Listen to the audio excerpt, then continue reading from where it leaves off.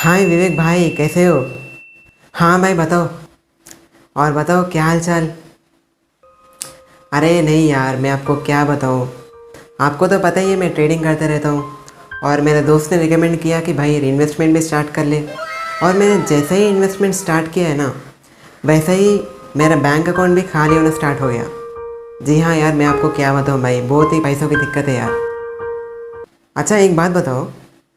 आपको उसकी साइकोलॉजी के बारे में तो पता है ना? साइकोलॉजी? हाँ। किसके साइकोलॉजी की बात कर रहे हो? अरे यार, मैं उसी की बात कर रहा हूँ। आपको तो उसकी साइकोलॉजी के बारे में पता है ना? अरे भाई बताओ तो सही, मुझे कुछ नहीं पता यार, साइकोलॉजी क्या है ये? किसकी साइकोलॉजी बात कर रहे हो आप? अरे भाई, मैं इन्वेस्टिंग की साइकोलॉजी की बात कर रहा हूँ। अगर तुझे इन्वेस्टिंग साइकोलॉजी नहीं आता है ना, तो 100% तुझे लॉस भी हो जाएगा। इसलिए इन्वेस्टिंग साइकोलॉजी बहुत ही इंपॉर्टेंट है, तुझे पता है? Investing psychology? अच्छा। अगर इन्वेस्टिंग साइकोलॉजी मुझे नहीं पता, तो मुझे लॉसेस हो जाएंगे? ऐसा कैसे हो सकता है भाई? क्योंकि यहाँ हमारा ऐसा ही होता है। क्या? क्या? ऐसे भी होता है क्या? समझे? भाई तू नहीं समझ रहा यार। क्योंकि यहाँ, अच्छा अच्छा, यहाँ हमारा ऐसा ही होता है। हमारा ऐसा ही होता है। जैसे कि आपने देखा, यहाँ पे अगर आपको इन्वेस्टिंग साइकोलॉजी के बारे में कुछ नहीं पता, तो 100% आपको लॉसेस होने की प्रोबेबिलिटी होती है। तो आज के इस वीडियो में हम सभी लोग 3 ऐसे की पॉइंट्स को डिस्कस करेंगे, जिनके मदद से हम इन्वेस्टिंग साइकोलॉजी को जान सकते हैं और अच्छी तरीके से उसे इम्प्लीमेंट भी कर सकते हैं। तो चलिए आज के इस वीडियो को शुरुआत कर लेते हैं।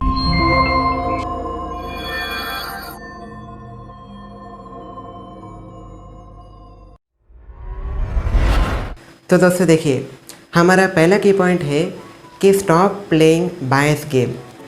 आपने देखा होगा कि एक शेयर होता है जो कि 100 रुपये का होता है, ठीक है? आपने देखा और आपने अजम्पशन लगा दिया कि जो शेयर है ये 200 रुपये पे जाएगा। और कुछ समय पे बाद वो 200 रुपये पे जाता है ना, तो आपको ऐसा बिलीफ आ जाता है कि मैं जो भी सोच रहा हूँ वो हो रहा है।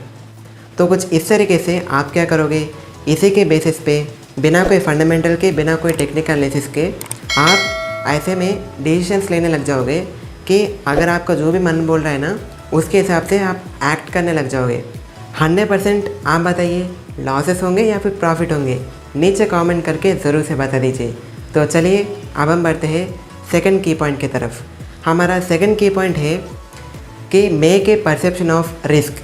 आपको एक छोटा सा परसेप्शन बनाना होगा रिस्क के बारे में, क्योंकि अगर आपको नहीं पता कि कौन सा रिस्क आप ले रहे हो, तो 100% आपका जो इन्वेस्टमेंट है वो बेकार ही होगा।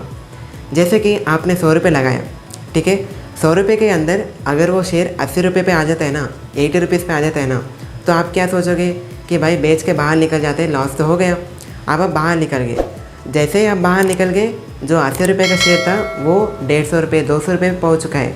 तो आपने देखा है ना, जिस तरीके से आपने बाहर निकले, उसी तरीके से आपका जो शेयर है वो ऊपर उड़ने लगा। तो क्यों हुआ ऐसा? क्योंकि आपके रिस्क का परसेप्शन नहीं बना था। अगर आपका रिस्क का परसेप्शन क्लियर होता कि भाई कोई बात नहीं, हम वेट कर लेते, तो आपका प्रॉफिट 100% होता। लेकिन आपने बनाया नहीं था, इसलिए आपका लॉस हो गया। तो अभी हम थर्ड की पॉइंट को डिस्कस करेंगे। तो हमारा थर्ड की पॉइंट ये है कि हम सभी लोगों को लॉन्ग टर्म थिंकिंग को रखना होगा। देखिए, मैं आपको क्या बता रहा हूँ, इन्वेस्टिंग का साइकोलॉजी बता रहा हूँ। अगर आप इन्वेस्टमेंट कर रहे हैं ना, तो थोड़ा बहुत आप लॉन्ग टर्म सोचिए। लॉन्ग टर्म का मतलब ये नहीं है कि भाई 6 महीने, 1 साल, 2 साल। लॉन्ग टर्म का मतलब होता है मार्केट के भाषा में मिनिमम 5 से लेकर 10 साल। अगर आप 5 से लेकर 10 साल तक वेट कर सकते हो, तो उसे लॉन्ग टर्म बोला जाता है। कुछ लोग सोच रहे होंगे कि भाई क्या बोल रहे हो, 5 से 10 साल तक वेट करना है क्या? मैं तो नहीं कर रहा। देखिए, अगर आप कोई भी शेयर को 5 से 10 साल तक चार्ट को ओपन करके देखेंगे ना, तो उसके अंदर 90% ऑफ द शेयर्स के अंदर पॉजिटिव रिटर्न्स ही आपको देखने के लिए मिलेंगे। तो आप सोचिए, जो शेयर पॉजिटिव रिटर्न्स दे रहा है, उसे हमको छोड़ना है क्या? नहीं है ना, हमको प्रॉफिट बनाना है उससे। तो हमको वेट करना है ना, तो इसीलिए 5 साल से लेकर 10 साल तक वेट करिए। यहाँ पे मैं आपको एक छोटा सा चीज़ बताना चाहता हूँ। वो चीज़ ये है कि बहुत सारे लोग क्या करते हैं, ट्रेडिंग और इन्वेस्टिंग दोनों को एक ही अकाउंट में करते हैं। लेकिन अगर आप ऐसे करोगे ना तो आपका जो कैलकुलेशन है वो ठीक से नहीं हो पाएगा। आपने कितना इन्वेस्ट किया, कितना ट्रेड किया, वो ढंग से आप कैलकुलेट ही नहीं कर पाओगे। इसलिए मैं आपको रिकमेंड करता हूँ कि आपका जो ट्रेडिंग अकाउंट है वो सेपरेट हो और उसके साथ में जो डीमैट अकाउंट है वो भी सेपरेट हो। तो इसलिए मैं आपको नीचे डिस्क्रिप्शन में एंजल वन, ग्रो और अपस्टॉक्स का डीमैट अकाउंट का लिंक दे देता हूँ, जहाँ से जाके आप फ्री में डीमैट अकाउंट को ओपन कर सकते हैं। ओपन करने के बाद में आप सेपरेटली मेंटेन करिए, एक को ट्रेडिंग अकाउंट रखिए, एक को इन्वेस्टिंग अकाउंट रखिए, ठीक है। दोनों को मिलाएगा मत। अगर आप दोनों को मिलाएंगे ना तो आपको समझ में नहीं आएगा कि भाई कौन सा इन्वेस्टमेंट किया था, कौन सा ट्रेड कर रहा हूँ, क्या है करके आपको कुछ भी समझ में नहीं आएगा। इसीलिए मैं आपको रिकमेंड करता हूँ कि मिनिमम आपके पास 2 डीमैट अकाउंट होना चाहिए, ठीक है।